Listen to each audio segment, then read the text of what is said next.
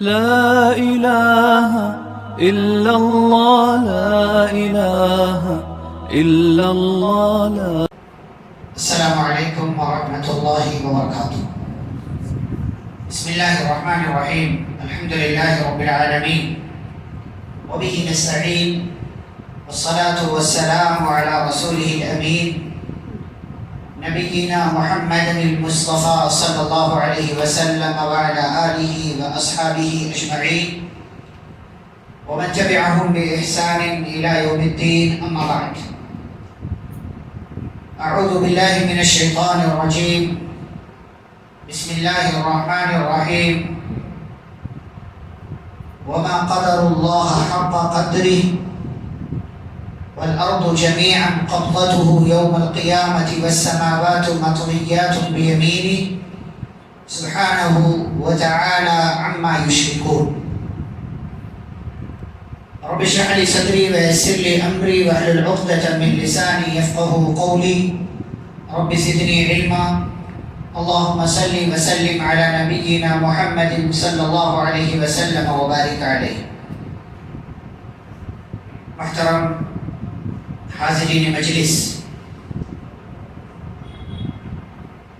آپ کے سامنے تھوڑی دیر تک اس موضوع پر کچھ باتیں پیش کرنا ہے. آپ نے سنا اللہ کی معرفت اور اس کے فائدے. تو اس موضوع کے دو حصے ہیں، ایک ہے اللہ کی معرفت اور دوسرا ہے اللہ کی معرفت کے فائدے. تو اس میں سب سے پہلی بات یا سب سے پہلا سوال کہ اللہ کی معرفت کیوں ضروری ہے؟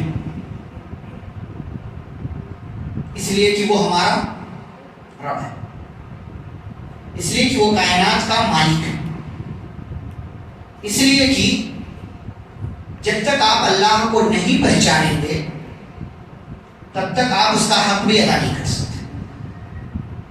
اور اللہ کی معرفت اس لیے بھی ضروری ہے کیونکہ قبر میں سب سے پہلا سوال یہی ہونے والا ہے، مر ربک، تمہارا رب کون؟ جواب تو بہت آسان ہے کہ میرا رب اللہ، لیکن قبر میں وہی جواب دے پائے گا جس نے یہاں اللہ کو پہچان کر اس کا حق ادا کیا ہوگا. تو اس لیے اللہ کی معرفت ضروری ہے. پھر دوسرا سوال یہ اٹھتا ہے کہ ہمیں اللہ کو پہچاننا ہے، اس کی معرفت حاصل کرنا ہے، تو اس کے لیے ہمیں کیا کرنا چاہیے؟ تو چند باتیں اس حوالے سے ہوں گی، اور پھر اس کے بعد ایک تیسرا پوائنٹ آئے گا اللہ کون ہے، اور پھر چوتھا پوائنٹ آئے گا اللہ کی معرفت کے فائدے. تو اللہ کی معرفت کے لیے کیا کرنا چاہیے؟ نمبر ایک، اللہ کے کلام اور اس کے نبی صلی اللہ علیہ وسلم کا فرمان پڑھنا چاہیے. اللہ کی معرفت کہاں سے ملے گی؟ قرآن سے. قرآن کی ہر دوسری آیت میں تقریباً اللہ کا کوئی نہ کوئی تعارف ہے، کوئی نام ہے، کوئی صفت ہے، کوئی کام ہے، کوئی خوبی ہے، اللہ نے بیان کیا. اور پیارے نبی صلی اللہ علیہ وسلم نے حدیث میں رب کا تعارف بتایا. تو اگر اللہ کی معرفت چاہیے تو کیا کرنا ہے؟ ہمیں اللہ کا کلام پڑھنا ہے اور نبی صلی اللہ علیہ وسلم کا فرمان. دوسرا طریقہ جہاں سے ہم اللہ کو پہچان سکتے ہیں وہ ہے توحید اسماء و صفات پر ایمان. ہمارے ہاں لوگوں کو کیا لگتا ہے، وہ حدیث پڑھے بھی ہیں لوگ کہ اللہ کے 99 نام ہیں، جو یاد کرے گا جنت میں جائے. اسی لیے بہت سے لوگ یاد کر لیتے ہیں. یاد کرنا اصل نہیں. اللہ کو ان ناموں کے ذریعے پہچاننا، ان ناموں کا تقاضا کیا ہے، ان تقاضوں کو، ان ڈیمانڈز کو پورا کرنا، یہ اصل ہے. ورنہ اللہ کے نام آپ یاد کر لو کہ اللہ کے 99 نام میں جنت مل جائے گی، ایسا نہیں ہوتا. تو اسی لیے توحید جو ہے اللہ رب العالمین کو ایک سمجھنا، اکیلا سمجھنا، اس میں جہاں ربوبیت ہے، الوہیت ہے، وہیں اسماء و صفات بھی. اللہ کے جتنے نام ہیں دیکھیے، اور اللہ کے کتنے نام ہیں؟ نہیں، کوئی گنتی، کوئی شمار نہیں، کسی کو نہیں پتا، صرف اللہ کو پتا. تو اب آپ بولیں گے وہ نبی صلی اللہ علیہ وسلم نے 99 نیم کا تذکرہ کیا، تو اس میں ان 99 ناموں کی فضیلت بیان کی گئی. جیسے میں یہ کہوں کہ میرے پاس 10,000 روپے ایسے ہیں جن کو میں نے مسجد میں لگانے کے لیے رکھا ہوا، تو کیا میرے پاس صرف 10,000 روپے ہیں؟ تو نبی نے فرمایا اللہ کے 99 نام ایسے ہیں جو ان کو یاد کرے گا وہ جنت میں جائے. اس کا یہ مطلب نہیں ہے کہ اللہ کے 99 نام کے بعد کوئی نام ہی نہیں. یہ 99 نام کی فضیلت ہے، خاص فضیلت. جیسے جنگ کے میدان کے حوالے سے ہمارے علماء مثال پیش کرتے ہیں کہ میرے پاس 10 گھوڑے ایسے ہیں جن کو میں نے جنگ کے لیے تیار کیا ہوا ہے، تو کیا میرے پاس اور گھوڑے نہیں ہیں؟ نہیں. ایسے ہی اللہ کی ایک دعا، آپ کو دعا الہم والغم، بڑی مشہور دعا ہے. اس میں نبی صلی اللہ علیہ وسلم نے بیان فرمایا اللہم انی اسألک بکل اسم ہوا لک، اے اللہ میں تجھ سے مانگتا ہوں تیرے ہر اس نام کے وسیلے سے جو تیرا نام ہے، سمیت بہ نفسک، جو تو نے اپنا نام رکھا ہے، او انزلتہ فی کتابک، یا اپنا وہ نام قرآن میں بتایا ہے، او علمتہ احدا من خلقک، یا اپنی مخلوق میں سے کسی کو بتایا ہے، اب استأثرت بہ فی علم الغیب عندک، یا تیرے اس نام سے جو تو نے غیب میں اپنے نام کو ظاہر کر رکھا ہے یا چھپا رکھا ہے، ہر اس نام کے ذریعے اللہ میں تجھ سے سوال کرتا ہوں. کیا سوال کرتا ہوں؟ ان تجعل القرآن ربیع قلبی، کہ تو قرآن کو میرے دلوں کی بہار بنا دے. تو اللہ کے 99 نام نہیں ہے، اللہ کے بہت سے نام. تو یہ نام جو ہے نا، ان ناموں کا معنی جاننا، مطلب جاننا، ان ناموں کی ڈیمانڈس کو جاننا، پھر ان کو پورا کرنا، یہ اصل چیز ہے. یہاں سے اللہ رب العالمین کی معرفت ہمیں حاصل ہوگی. اسی لیے علامہ ابن قیم رحمہ اللہ کہتے ہیں کہ جو اللہ کو اس کے اسماء و صفات کے ساتھ پہچان لے، احبہ لا محالۃ، تو وہ اللہ سے ضرور محبت کر بیٹھے. اللہ سے ضرور محبت. جتنا زیادہ آپ کسی کے بارے میں جانتے ہیں اتنا زیادہ آپ کو اس سے محبت ہونے لگتی. جتنی خوبیاں، جتنی اچھائیاں، یہ آدمی بڑا اچھا ہے، انصاف پسند ہے، عدل والا ہے، یہ کرتا ہے وہ کرتا ہے، اتنی زیادہ آپ کی محبت بڑھتی چلی جاتی. پیارے نبی صلی اللہ علیہ وسلم سے لوگ محبت کیوں کرتے ہیں؟ ان سے جیسا کوئی نہیں آیا، ان کے جیسا دنیا میں کائنات میں کوئی نہیں آیا، اس لیے لوگ ان سے محبت کرتے. تو اللہ رب العالمین کے جیسا کچھ نہیں، لیس کمثلہ شیء، اس کے جیسا کچھ نہیں، اس کے جیسا کچھ نہیں. تو اللہ کو اس کے اسماء و صفات کے ذریعے پہچانا جائے، اس پر ایمان رکھا جائے. یہاں سے اللہ کی معرفت حاصل. نمبر 3، اللہ کی آیات اور نشانیوں میں غور کرنا. اللہ کی نشان، سنریہم آیاتنا فی الآفاق. آپ دیکھیے یہ آسمان، یہ زمین، یہ سورج، یہ چاند، یہ ستارے، یہ کائنات، یہ کہکشائیں، کتنی یہ زمین، جس زمین پر ہم ہیں، زمین میں 7 ارب کی آبادی، 700 کروڑ، بلکہ اب تو 800 کروڑ ہو گئے. اس میں سے ایک 5، 5.5، 6 فٹ کا انسان تھوڑا سا بڑا ہو جاتا، اپنے آپ کو اتنا سمجھتا ہے کہ میں سورما ہو گیا، جبکہ وہ کہاں ہے؟ زمین پر موجود 206 ملکوں میں سے ایک ملک کے، ایک صوبے کے، ایک شہر کے، ایک ضلع کے، ایک شہر کے، ایک علاقے میں، ایک گھر میں ہے، اور 5، 5.5، 6 فٹ کا انسان ہے. کیونکہ اس زمین سے بڑے بڑے سیارے، سیارچے، کہکشائیں، گلیکسیز آسمان میں کہاں اللہ رب العالمین کو سب بنایا کس نے؟ اللہ نے بنایا. ومن آیاتہ، اللہ نے قرآن میں کتنی جگہ کہا اللہ کی نشانیاں، اللہ کی نشانیاں، اللہ کی نشانیاں. تو اللہ کی نشانیوں میں غور و فکر کیجیے کیسے سب. اسی لیے اللہ نے کہا ان فی خلق السماوات والارض واختلاف اللیل والنہار لآیات لأولی الالباب. آسمان میں، زمین میں، سورج میں، چاند میں، ستارے میں، اور رات اور دن کے آنے جانے میں عقل مندوں کے لیے نشانیاں ہیں، اللہ کو پہچان سکتے ہیں. نمبر 4، خود اپنے اندر غور و فکر کیجیے. اللہ کی معرفت چاہیے نا اپنے اندر. اسی کو اللہ نے کہا سورۃ الزاریات میں وفی انفسکم افلا تبصرون. اپنے اندر دیکھو، کیا دکھائی نہیں دیتا؟ اپنے اندر، اپنی ذات میں غور و فکر کرو، اللہ کو پہچان جاؤ گے. آپ دیکھیں یہ ہاتھ اللہ تعالیٰ نے بنایا، بدن میں کتنے جوڑ ہیں؟ 360 جوڑ. جوڑ کیوں بنایا اللہ؟ یہ انگلیاں اللہ نے جوڑ کیوں رکھی؟ یہ دیکھیے ایک انگلی میں 3 جوڑ ہیں. پھر آپ کے ہاتھوں کا جوڑ، مٹھی کا جوڑ، کلائی کا جوڑ، بازو کا جوڑ یا کندھے کا جوڑ. آپ دیکھیں گے آپ کی گردن دائیں بائیں، آپ دائیں کروٹ سوئیں سیدھا سوئیں اور آپ جو ہے بائیں کروٹ سوئیں، کوئی فرق نہیں پڑتا. اللہ کا نظام ہے. بنایا کس نے؟ اللہ تعالیٰ نے بنایا. یہ اللہ تعالیٰ نے مٹھی، آپ دیکھیں مٹھی، اللہ کی کوئی چیز بیکار نہیں ہے. ہم کیا سمجھتے ہیں اللہ نے یہ جو 3 پور رکھے تسبیح کے لیے، تسبیح کے لیے نہیں ہے. یہ اللہ کا اپنا نظام ہے، اپنی کاریگری ہے اس کی. 360 جوڑ. کیا اللہ تعالیٰ ہاتھ سیدھا رکھ دیتا؟ کھاتے کیسے آپ؟ کوئی جوڑ نہیں. کیسے کھاتے آپ؟ یہ منہ تک لقمہ نہیں پہنچتا. یہ آپ کی کلائی پر جوڑ نہ ہو منہ تک لقمہ نہیں پہنچ سکتا آپ کی. یہ اللہ نے بنایا. خود انسان اپنی ذات میں غور و فکر کر لے.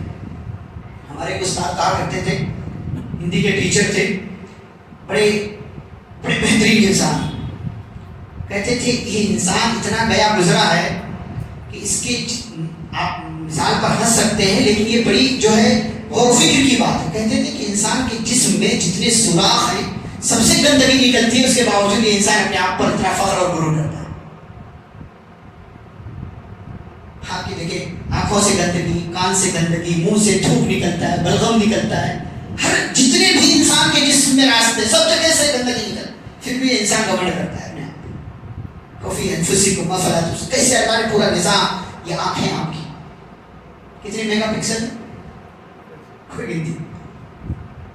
کیمرہ انسان بہترین سے لیتا ہے، بہترین لیتا ہے، اچھی فوٹوز آئیں گی، اچھی ویڈیوز بنیں گی. یہ اللہ تعالیٰ نے فری میں دی ہے، فری میں دی ہے. قدر نہیں کرتے. انسان اپنے اندر غور و فکر کر لے، بہت سی نشانیاں میں. نمبر 5 فطرت میں غور و فکر کرنا. فطرت یعنی انسان پیدا ہوا ہے تو جس فطرت پر اللہ نے پیدا کیا ہے نا، وہ فطرت ہی انسان کو بتاتی ہے. اسی لیے آپ دیکھیں مشکل گھڑی آتی ہے انسان آسمان کی طرف نگاہ اٹھاتا ہے. فطری تقاضا جو ہے اس کا. ایک غیر مسلم ہندو اور دوسرے جو ہے مذہب کا ماننے والا یا جو ہے ملحد سے بھی آپ پوچھیں، مشکل گھڑی میں وہ آسمان کی طرف ہی نگاہ اٹھاتا ہے. مشکل گھڑی میں وہ آسمان کی طرف. اسی لیے نبی صلی اللہ علیہ وسلم نے پوچھا، وہ لوڈی کچھ نہیں جانتی تھی. اس نے پوچھا آپ نے کہ اللہ کہاں ہے؟ آسمان میں، فی السماء، آسمان میں. تو کہا میں کون؟ کہا آپ اللہ کے نبی ہیں. تو نبی نے کہا اس کو آزاد کر دو، یہ مسلمان. انسان کی اسی لیے نبی صلی اللہ علیہ وسلم فرماتے کل مولود یولد علی الفطرہ. دنیا میں جو بھی پیدا ہوتا ہے فطرت یعنی اسلام پر پیدا ہوتا ہے. پھر اس کے ماں باپ اسے یہودی، عیسائی، مجوسی جس مذہب کے ہوتے ہیں وہ بنا دیتے. تو فطرت میں غور و فکر کرنے سے بھی انسان اللہ کو پہچان سکتا ہے. اور ایک آخری چیز اس میں، چھٹی چیز، کیسے ہم اللہ کی معرفت حاصل کریں؟ نبیوں کو دیے جانے والے معجزات میں غور و فکر کرنا. اللہ نے کیسے کیسے معجزے دیے نبیوں کو. آپ آدم سے لے کر کے، بلکہ آدم اور نوح سے لے کر کے پیارے نبی صلی اللہ علیہ وسلم تک دیکھیں کیسے معجزے. اللہ نے چاند کے 2 ٹکڑے کر دیے، پانی میں راستہ بنا دیا، لاٹھی کو سانپ بنا دیا. یہ اللہ معجزہ دے نبیوں کو. یہ اللہ کی کاریگری ہے، اللہ کی قدرت ہے. جتنے معجزات ہیں آپ دیکھ لیں، اپنے آپ میں ہر چیز ایک دعوت، ایک فکر ہے انسانوں کے لیے کہ سب اللہ کی طرف سے اللہ کو پہچان. یہ تو بات ہو گئی کہ اللہ کی معرفت ہمیں کہاں سے مل سکتی. اب سوال یہ ہے کہ اللہ ہے کون. اب اللہ کون ہے جاننے کے لیے قرآن پڑھیں مختلف جگہوں سے. اللہ خالق کل شیء. اللہ ہر چیز کا پیدا کرنے والا، ہر چیز کا، ہر چیز اللہ رب العالمین کی نگاہ. یعلم ما فی البر والبحر. آپ اپنے کمرے سے، اپنے گھر سے باہر نکل آئیں، دیوار کے پیچھے کیا چل رہا ہے آپ کو نہیں پتا. اور اللہ کو پوری زمین میں، پورے سمندر میں، پانی کے اندر کیا کیا ہے سب اللہ کو پتا. انسان اتنی ترقی کے باوجود سمندر کی گہرائیوں پر ریسرچ ابھی صرف 5% کر سکا ہے، صرف 5%. اور سب اللہ کے علم میں سمندر کی گہرائی میں کیا ہے. اللہ کہتا 7 زمینیں ہیں، اس زمین پر ہم آباد ہیں، باقی 6 زمینوں میں کیا ہے اللہ تعالیٰ کو پتا ہے. زمین میں کوئی ایک دانہ بھی ڈالا جاتا ہے اللہ تعالیٰ کو اس کی خبر ہوتی ہے. کوئی ایک پتا گرتا ہے کسی درخت میں سے اللہ تعالیٰ کو اس کی خبر ہوتی ہے. اللہ کا پاور. کون کہاں؟ اسی لیے آپ دیکھیں ہم عائشہ رضی اللہ تعالیٰ عنہ کہتی ہیں کہ میں اپنے کمرے میں ہوں، نبی صلی اللہ علیہ وسلم ہیں، ایک صحابی آتی ہے خولہ بنت ثعلبہ رضی اللہ تعالیٰ عنہ، اپنے شوہر کی شکایت کرتی ہیں کہ میرا شوہر مجھے اپنی ماں کی طرح کہتا ہے، یعنی زہار کر لیا، انت علیہ کدار امی۔ ہم عائشہ کہتی ہیں کہ اس سے عورت کی تھوڑی آواز میرے کانوں میں آ رہی ہے، تھوڑی نہیں آ رہی ہے۔ کسی دوران نبی صلی اللہ علیہ وسلم پر وحی نازل ہوئی اور اللہ نے کہا قد سمع اللہ، میں اسی کمرے میں ہوں، آواز مجھے ٹھیک سے نہیں آ رہی ہے، 7 آسمانوں کے اوپر عرش پر مستوی رب جب آیت نازل کرتا تو کہتا قد سمع اللہ، یقیناً اللہ نے اس عورت کی بات کو سنی۔ یہ اللہ کا باب ہے، پوری کائنات ایک ساتھ اللہ کو پکارے، اللہ سب کی پکار سنتا، کوئی کمی نہیں، کوئی کمی نہیں، اللہ تعالیٰ کی سنتا۔ اللہ نے فرمایا خلق السماوات بغیر عمد ترونہا، اللہ نے بغیر کھمبے کے آسمان بنائے، زمین بنایا، زمین میں پہاڑ ڈال دیے تاکہ زمین میں زلزلہ نہ آئے، زمین ہلے نہیں، اور اللہ نے پانی کے ذریعے ہر جاندار کو پیدا کیا ہے۔ پھر اللہ کہتا ہے ھذا خلق اللہ، اللہ کی تخلیق ہے، فارونی ماذا خلق الذین من، مجھے دکھاؤ کہ اللہ کے علاوہ لوگوں نے کیا پیدا کیا۔ اور اللہ کہتا ہے یہ ساری کائنات کہ وہ معبودان باطلہ جن کو لوگ معبود سمجھتے ہیں سب جمع ہو جائیں، لن یخلقوا ذبابا، وہ ایک مکھی تک پیدا نہیں کر سکتے۔ پھر اللہ کہتا ہے پتہ ما قدر اللہ حق قدری، جیسی اللہ کی قدر کرنی چاہیے ویسی قدر لوگوں نے نہیں کی۔ ان اللہ لقوی عزیز، اللہ طاقتور ہے، غالب ہے۔ اور اللہ کیا کہتا ہے حدیث قدسی میں، نبی صلی اللہ علیہ وسلم فرماتے ہیں پوری کائنات پہلے کے بعد کے سارے لوگ، انسان جنات سب ایک جگہ جمع ہو جائیں، اللہ سے مانگیں اللہ ان کی مراد پوری کر دے، پھر بھی اللہ کے خزانے میں کمی نہیں ہونے گی۔ یہ اللہ، سارے لوگ ایک نمبر کے متقی ہو جائیں، اللہ کی بادشاہت میں ذرہ برابر اضافہ نہیں ہونے والا۔ سارے لوگ ایک نمبر کے گنہگار ہو جائیں، اللہ کا کچھ نہیں بگاڑ سکتے، صرف اپنا بگاڑے۔ یہ اللہ رب العالمین۔ آپ دیکھیں اللہ نے پھلوں کی مثال بیان کی۔ اب ناریل دیکھتے اوپر سے کتنا سخت ہے، کہ پانی اندر کس نے پہنچا ہے، اس کو اندر مٹھاس کس نے بنائی، پھر اسی پانی سے وہ جو کھوپرا ناریل اندر بنتا ہے وہ کس نے بنایا، اللہ نے بنایا۔ آپ انار کا پھل، انار کا جو ہے پھل اٹھائیے اور اس کو چھیلیے، چھلکا، پھر اس کے اندر دانے، ایک دانے کے اوپر دوسرا دانہ، پورے گھر والے مل کر کے دوبارہ سے ویسے ہی انار بنانا چاہے نہیں بنا سکتے۔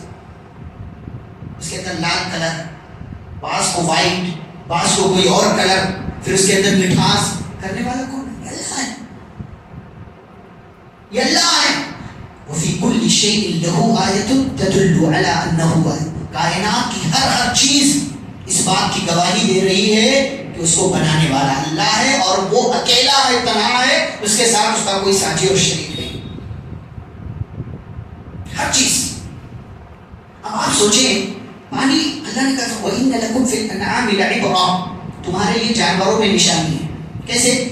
جانور چارہ کھاتا ہے، چارے سے 3 چیزیں بنتی ہیں، گندگی، دودھ، خون۔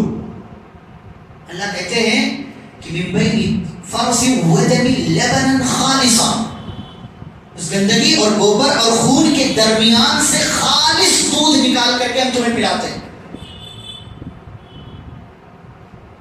کھایا ایک ہے، پر 3 چیزیں رہی، خون، گندگی اور دودھ۔ اور دودھ بھی کیسا؟ نہ اس کے اندر گوبر مکس ہو رہا ہے، نہ اس کے اندر خون مکس ہو رہا ہے، صاف و شفاف، بالکل خالص۔ یہ اللہ نے کہا۔ اس کے آگے شہد کی مکھی کا اللہ تعالیٰ نے تذکرہ کیا۔ آپ سورۃ النحل پڑھیں، جس کا نام بعض لوگوں نے، بعض مفسرین نے کہا نعمتوں والی سورہ ہے، شروع سے آخر تک آپ پڑھتے چلے جائیں، ایک سے ایک نعمت اللہ تعالیٰ نے ذکر کی۔ اور وہی ایک آیت میں کیا کہا، وَمَا بِكُم مِّن نِعْمَةٍ فَمِنَ اللَّهِ، جو بھی تمہارے پاس نعمت ہے وہ اللہ کی طرف سے، سب اللہ دینے والا۔ اور اللہ تعالیٰ آپ کو چاہے تو بھی موسم کے بھی عطا کرتے ہیں، مریم کو بھی موسم کے پھل کھلانے والا اللہ، بچی حفاظت اللہ کر رہا، کھلا اللہ رہا۔ زکریا علیہ السلام پوچھتے آیا کہاں سے، کہتے ہوا من عند اللہ، یہ اللہ کے پاس سے۔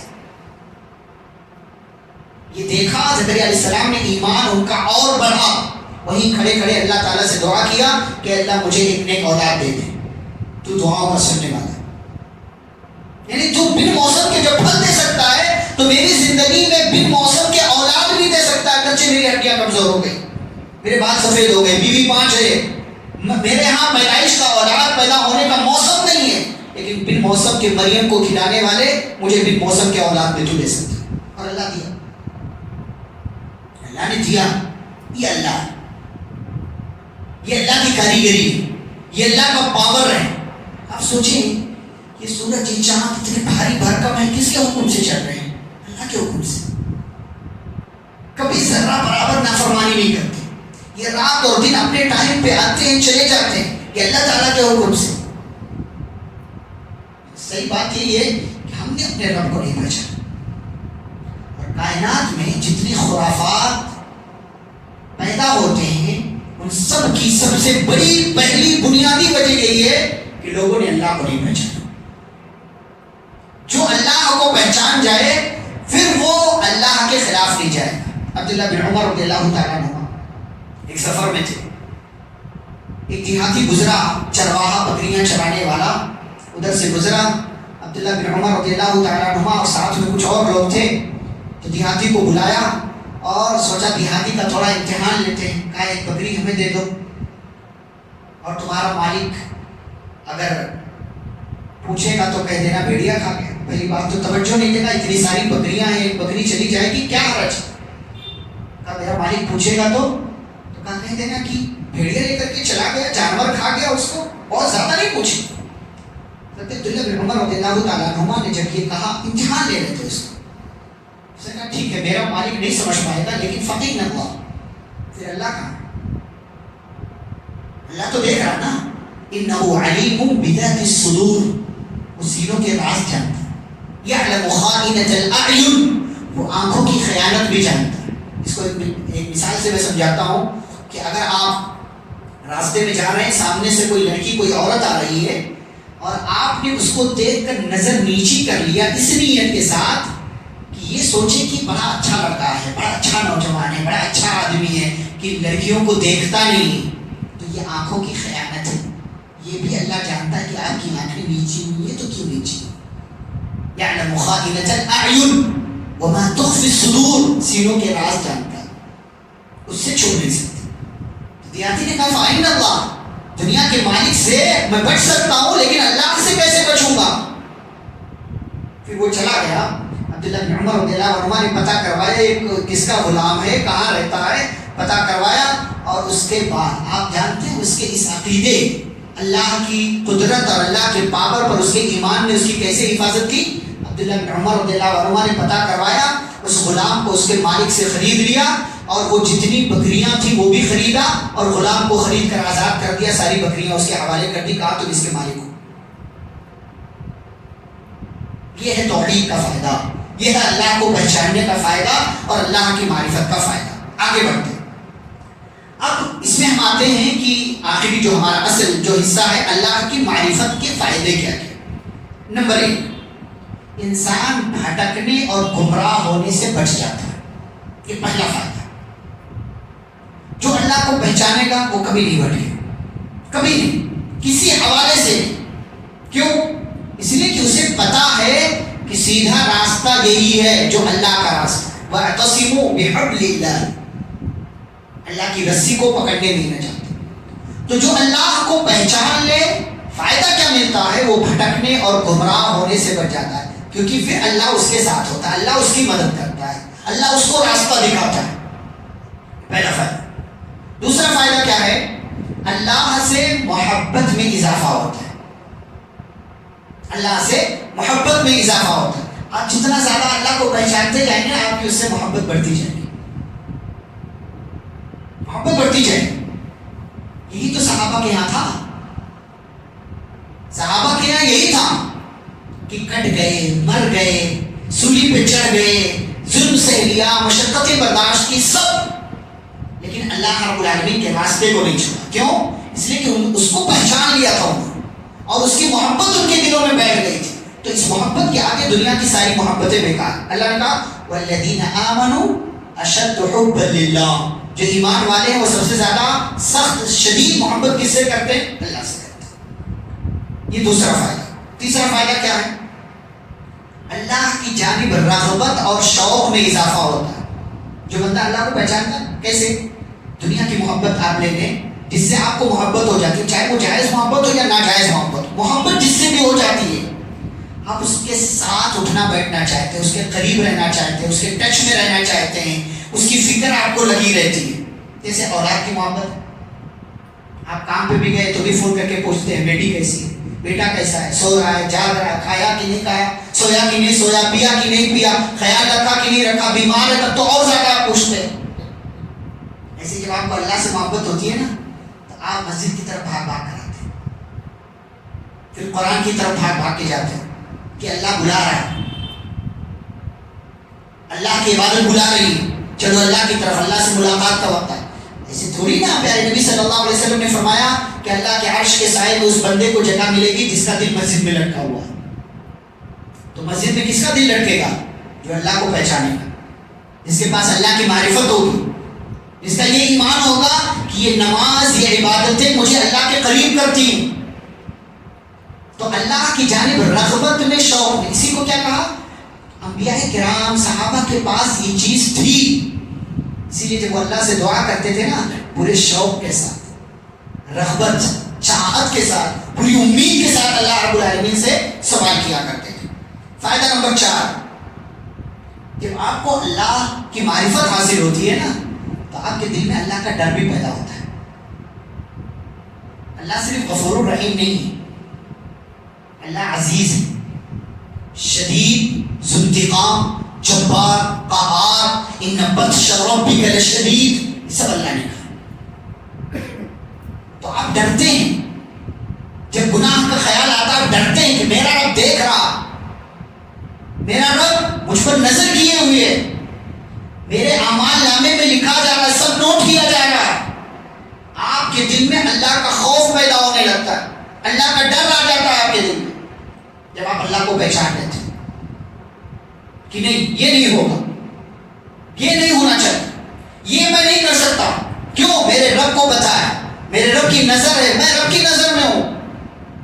آپ کا ڈر بڑھ جاتا ہے. اسی لیے انبیاء کے بارے میں اللہ نے کہا انہم کانوا یسارعون فی الخیرات ویدعوننا رغبا ورہبا. ایک مومن کو عبادت کرنا چاہیے کیسے؟ رغبت سے اور ڈر سے، امید اور ڈر، خوف اور رجا کی عبادت. آپ کو اللہ کی پکڑ کا خوف بھی ہونا چاہیے اور آپ کو اللہ کی رحمت کا یقین اور امید بھی ہونی چاہیے. یہ فائدہ ہوتا ہے. ایک اور فائدہ نمبر 5، بندے کے اندر اللہ کے فیصلے پر رضامندی پیدا ہو جاتی ہے. آپ جب اللہ کو پہچان لیتے ہیں نا، آپ کو پتا ہے وہ حکیم ہے، حکیم، وہ سارے فیصلے حکمت کے ساتھ کرتا ہے، وہ ظالم نہیں ہے، وہ آپ کے ساتھ بہتر کرتا ہے. جب آپ کو اللہ کے فیصلے، اللہ کی معرفت حاصل ہو گئی، اللہ کو آپ نے جان لیا، تو اب آپ کے ساتھ جو بھی ہوتا ہے آپ مطمئن ہوتے ہیں کہ یہ اللہ نے کیا. اسی کو نبی صلی اللہ علیہ وسلم نے فرمایا وَارْضَ بِمَا قَسَمَ اللَّهُ لَكَ تَكُنْ أَغْنَى النَّاسِ. جو بھی اللہ نے تمہارے مقدر میں لکھ دیا ہے اس پر راضی ہو جاؤ، تم دنیا کے سب سے مالدار انسان بن جاؤ گے. کبھی بھٹکنا نہیں پڑے گا، کبھی بھٹکنا نہیں پڑے گا. یہ پیارے نبی صلی اللہ علیہ وسلم نے باقاعدہ تعلیم دی کہ اللہ کے فیصلے پر راضی ہو. اور ایمان کے ارکان میں سے ایک رکن کیا ہے؟ وَتُؤْمِنَ بِالْقَدْرِ خَيْرِهِ وَشَرِّهِ. صرف اچھی چیزوں پر ایمان نہیں لانا ہے، اچھی اور بری دونوں طرح کی تقدیر پر ایمان لانا ہے، اور یہ اللہ کا فیصلہ ہے. تو جب آپ کو یہ پتا چل جاتا ہے کہ اللہ رب العالمین حکیم ہے، اس کے ہاں ظلم نہیں ہے، نا انصافی نہیں ہے، وہ عدل و حکمت کے ساتھ سارے کام کرتا ہے، پھر آپ کی زندگی میں جو بھی ہو ٹینشن نہیں.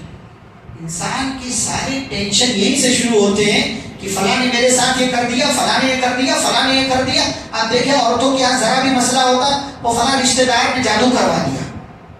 وہ جادو کی کیا اوقات ہے کہ اللہ کی اجازت کے بغیر لگ جائے تمہیں؟ یہ آسے بھوت پریت بلائیں نہ جانے کیا کیا ہمارے یہاں چلا. ہمارا ایمان اتنا کمزور ہو گیا ہے کہ اب تو دھاگوں پر ہمارا ایمان ہو گیا. لوگ باندھ باندھ کے چلتے ہیں. ہر دوسرے تیسرے بندے مارکیٹ میں نکل جاؤ اور پیر کھلا ہوا نظر آئے تو کیا مرد کیا عورت اس کے پیر میں دھاگے ہیں. یہ کالا دھاگا بچائے گا مشکلات سے. یہ کب ہوتا ہے؟ جب ایمان میں کمی ہوتی ہے. کالے دھاگے پر، تعویذ پر، ٹونوں ٹوٹکوں، من کو نہ جانے کس کس پر. یہ اللہ کو نہ پہچاننے کا نتیجہ ہے کہ ہم نے اللہ کو نہیں پہچانا. تو جب اللہ تعالیٰ کو ہم پہچانتے ہیں تو اللہ کے ہر فیصلے پر ہم راضی ہوتے ہیں. اللہ کے فیصلے کے خلاف کبھی نہیں جاتے. ایک اور فائدہ کیا ہوتا ہے کہ ہماری امید، ہمارا یقین، ہمارا ایمان اللہ پر بڑھتا ہے. آپ کو پتا ہے یعقوب علیہ السلام کے بیٹے یوسف، دونوں میں جدائی ہو گئی، باپ اور بیٹے میں. ایک لمبا عرصہ گزرا، یعقوب علیہ السلام اتنا روئے کہ بینائی چلی گئی. تو لوگوں نے کہا یہ بڈھا پاگل ہو گیا ہے، مر جائے گا اسی یوسف کو یاد کرتے رہتے. تو یعقوب علیہ السلام نے کیا کہا؟ انما اشکو بثی وحزنی الی اللہ. میں تم سے کچھ نہیں کہہ رہا، میں اپنے رب کے سامنے اپنا غم رکھ رہا ہوں. اور کیا کہہ رہا ہے؟ وَأَعْلَمُ مِنَ اللَّهِ مَا لَا تَعْلَمُونَ. اور میں اللہ کے بارے میں وہ جانتا ہوں جو تم نہیں جانتے. یعنی اللہ تعالیٰ کے فیصلے پر میں راضی بھی ہوں، لیکن مجھے اس کی ذات پر یقین بھی ہے کہ وہ میرے یوسف کو ضرور لے کر کے آئے گا. ایک وجہ ہے کہ جب یوسف علیہ السلام کے بارے میں اطلاع ملی اور کپڑا لایا گیا، کرتا چہرے پر ڈالا گیا اور ان کی بینائی واپس آئی تو کیا کہا؟ پہلا جملہ یہی تھا، قال الم اقل لكم انی اعلم من اللہ ما لا تعلمون. کہا لوگوں کیا میں یہ نہیں کہا کرتا تھا کہ میں اللہ کے بارے میں جو جانتا ہوں وہ تم نہیں جانتے؟ یقین، یہ ایمان، یہ توکل اللہ پر کہ اللہ میرے ساتھ. اسی لیے موسیٰ علیہ السلام لے کر کے نکلے قوم کو. سامنے دریا آ گیا، پیچھے فرعون کی فوج آ گئی تو کیا کہا؟ انا لمدرکون. بنی اسرائیل نے کہا اب تو ہم پکڑ لیے گئے، اب ہمیں کوئی نہیں بچا سکتا کیونکہ سامنے دریا ہے، پیچھے فرعون کا لشکر ہے، نہیں پڑھ سکتے ہم. موسیٰ علیہ السلام کا نبی تھے اور نبی کا ایمان اعلیٰ معیار کا ہوتا، فوراً کہا کلا، ہرگز نہیں، ان معی ربی سیہدین. میرا رب میرے ساتھ ہے، ان مشکل حالات میں بھی وہ مجھے ضرور راستہ دکھائے گا. اور اللہ نے راستہ دکھایا. فوراً وحی کی موسیٰ اپنی لاٹھی سمندر پر ماری، فانفلقا، مارا، راستہ بنا اور موسیٰ علیہ السلام نکل گئے، آپ کی قوم نکل گئی. نبی صلی اللہ علیہ وسلم ابوبکر صدیق رضی اللہ تعالیٰ عنہ کے ساتھ غار میں، غار ثور میں ہجرت کے موقع سے تلاش کرنے والے غار کے بالکل منہ پر پہنچ گئے. ابوبکر صدیق رضی اللہ عنہ ڈر گئے. اللہ کے نبی اگر یہ اپنے پیر کی طرف نظر کر لیں، یہ ہمیں دیکھ لیں گے، ہم پکڑے جائیں گے. نبی صلی اللہ علیہ وسلم نے فوراً کہا ما ظنک یا ابا بکر باثنین اللہ ثالثہما. ابو بکر تمہارا ان دو لوگوں کے بارے میں کیا خیال ہے جن کا تیسرا اللہ ہے؟ لا تحزن ان اللہ معنا. گھبراؤ نہیں، اللہ ہمارے ساتھ. جب آپ اللہ کو پہچانتے ہیں نا تو اللہ پر یقین، ایمان، توکل بڑھ جاتا ہے کہ اللہ مجھے ضائع نہیں کرے گا، برباد نہیں کرے گا. اللہ میرے ساتھ نقصان نہیں کر سکتا. مجھے اس پر یقین ہے، ایمان ہے کہ اللہ میرے ساتھ ضرور خیر کرے گا. اور اللہ تعالیٰ کرتا ہے. آپ کو ایمان اور یقین کا فائدہ ہوگا. اچھا، ایک اور چیز کہ جب آپ اللہ کی معرفت حاصل کر لیتے ہیں تو آپ کے دل کو اللہ کی جانب سے ہدایت مل جاتی ہے. پھر آپ کا دل ایک جگہ ٹھہر جاتا ہے.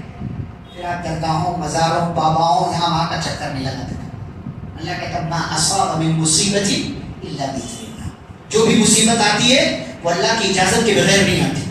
ومن یؤمن باللہ، لیکن جس کا ایمان اللہ پر ہو، یہدی قلبہ، اللہ اس کے دل کو ہدایت دے دیتا ہے. اس کا دل ایک جگہ ٹھہر جاتا ہے، اللہ سے لگ جاتا ہے، اللہ سے لگ جاتا ہے اس کا. ایک اور فائدہ کیا ہوتا ہے؟ دعائیں مانگنے کا طریقہ بدل جاتا ہے. ابھی اب دیکھیں کیسے دعائیں مانگتے ہیں، ہاتھ اٹھائے، یہاں بھی دیکھ رہے، وہاں بھی دیکھ رہے، دکان کا بھی خیال ہے، یہ ہے وہ ہے، سب چل رہا ہوتا ہے. جب آپ اللہ کو پہچانتے ہیں نا، آپ کی دعائیں مانگنے کا طریقہ بدل جاتا ہے. پھر آپ روتے ہیں. آپ سوچیں کیفیت کیسی ہوتی. آپ یہاں ہیں تو آپ نہیں روتے، دعا مانگ رہے چلتے بنے. لیکن آپ جب حرم میں پہنچتے ہیں، خانہ کعبہ کی دیواروں سے چمٹتے ہیں، آپ طواف کرتے ہیں، کیسے آنسو نکلتے ہیں؟ کیوں ایسا؟ وہاں اللہ زیادہ یاد رکھتا ہے. وہ کعبے کا رب ہے, وہ کعبے کا رب.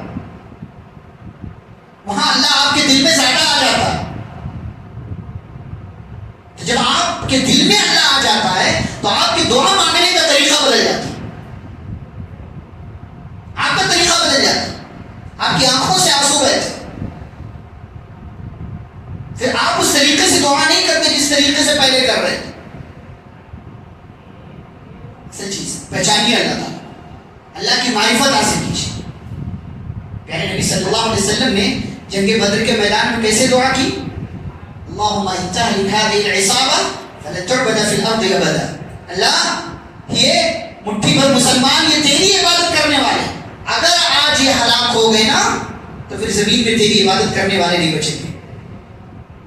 یہ دعا مانگنے کا طریقہ. ہمارے یہاں لوگ دعا مانگتے ہیں اللہ چاہے تو دے چاہے نہ دے. یہ کون سی دعا بھائی؟ اللہ کو کوئی مجبور کر سکتا ہے؟ کوئی پریشر ڈال سکتا ہے کہ اس کو دینا اس کو نہیں دینا؟ ایسے دعا نہیں مانگتے. بہت سے لوگ دعا مانگتے ہیں اللہ جو بھی مشکل ہے اس پر صبر کرنے کی توفیق بھی دے. یہ کون سی دعا ہے؟ مشکل مانگی کیوں رہے ہو آپ؟ مشکل مانگ کیوں رہے ہو اللہ سے؟ ایک صحابی تھے, سوکھ کر کاٹا ہو گئی, ہڈیوں کا ڈھانچہ. نبی صلی اللہ علیہ وسلم آئے, تیمارداری کے لیے پوچھا اللہ تعالیٰ سے تم نے کچھ مانگا تھا؟ کہا ہاں. کہا کیا؟ کہا میں نے اللہ سے کہا تھا اے اللہ جو سزا تو مجھے آخرت میں دینا چاہتا وہ دنیا میں دے دے. اللہ کے بندے اس طرح تھوڑی دعا کی جاتی.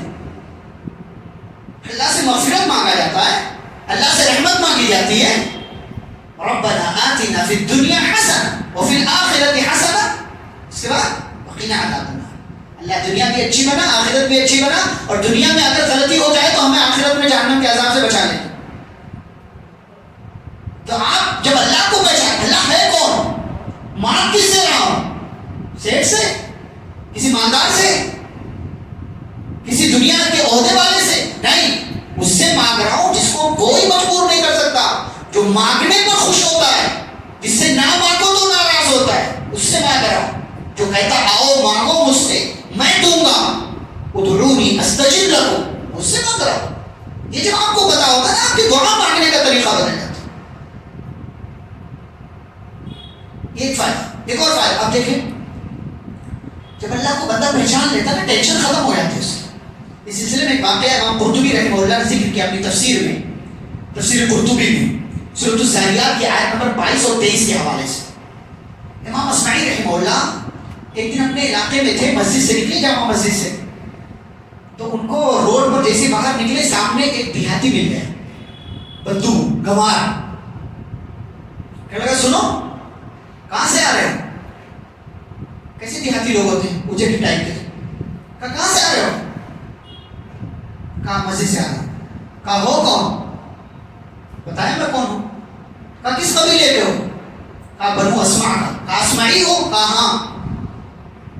کہا جس جگہ سے آ رہے ہو وہاں ہوتا کیا ہے؟ وہاں ہوتا کیا ہے؟ کہا وہاں رحمان کے کلام کی تلاوت کی جاتی ہے. کہا رحمان کا کوئی کلام ہے؟ کہاں ہے؟ کہا مجھے پڑھ کر سناؤ. تو امام اصمعی رحمہ اللہ نے سورۃ الذاریات پڑھنا شروع کیا. والذاریات ذروا فالحاملات وقرا فالجاریات یسرا. آیت نمبر 22 پر پہنچے تو پتہ کیا ہے؟ وفی السماء رزقکم وما توعدون. آسمان میں تمہاری روزی ہے اور وہ ساری چیزیں ہیں جس کا تم سے وعدہ کیا جاتا ہے.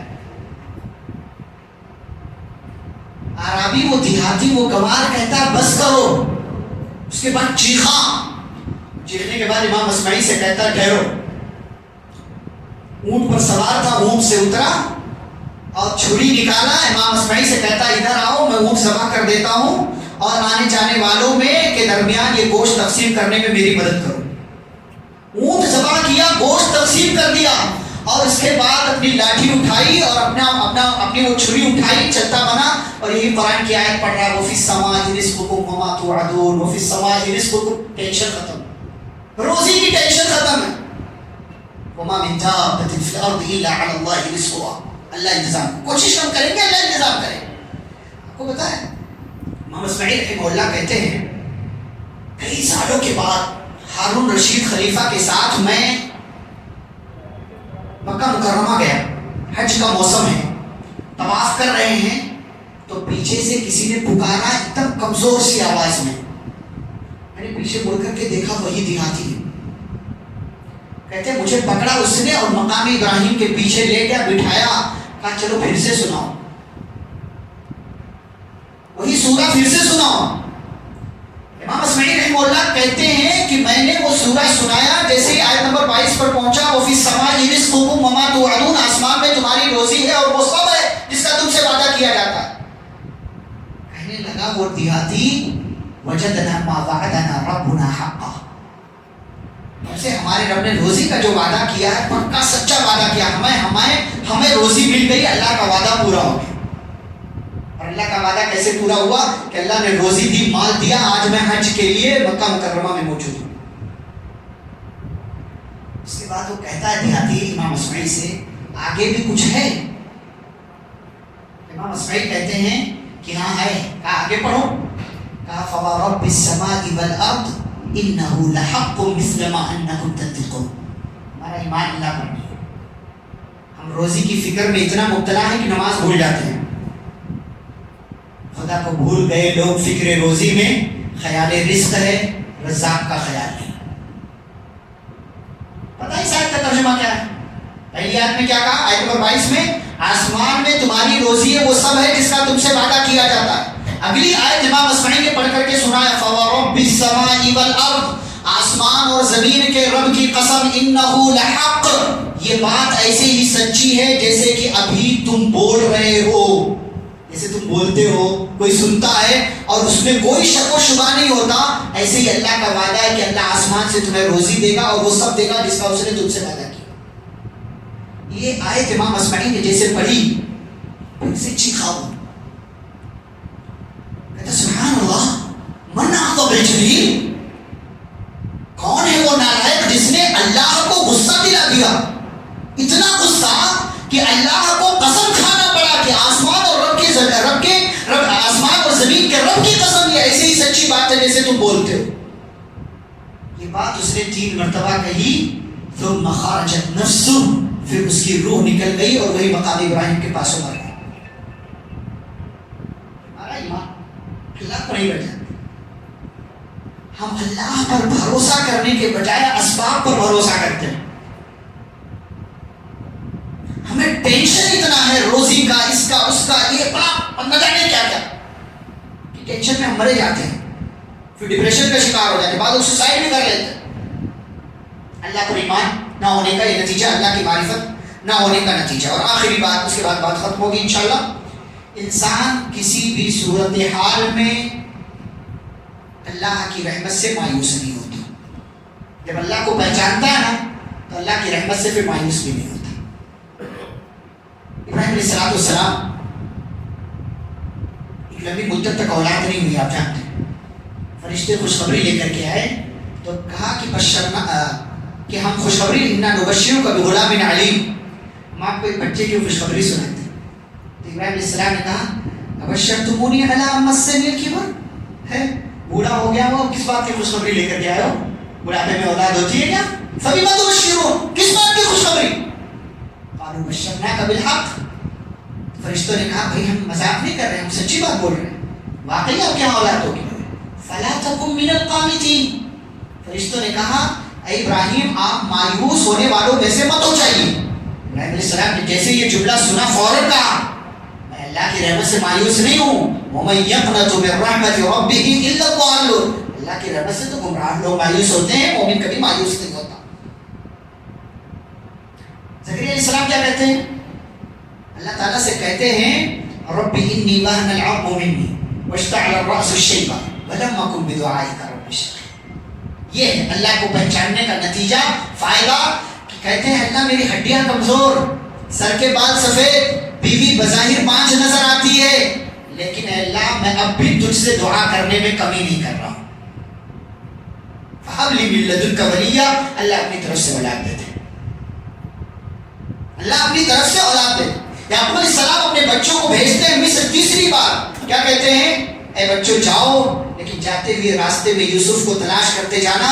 وَلَا تَيْأَسُوا مِن رَوْحِ اللَّهِ، اور اللہ کی رحمت سے مایوس نہ ہونا. إِنَّهُ لَا يَيْأَسُ مِن رَوْحِ اللَّهِ إِلَّا الْقَوْمُ الْكَافِرُونَ، اللہ کی رحمت سے کافر مایوس ہوتے ہیں، مسلمان مایوس ہوتے. جو اللہ کو پہچان لینا کبھی مایوس ہو ہی نہیں سکتا، کبھی نہیں مایوس ہو سکتا، کیونکہ اسے پتا ہے کہ اس کا وہ رب ہے، اس کے ہر فیصلے میں خیر ہے.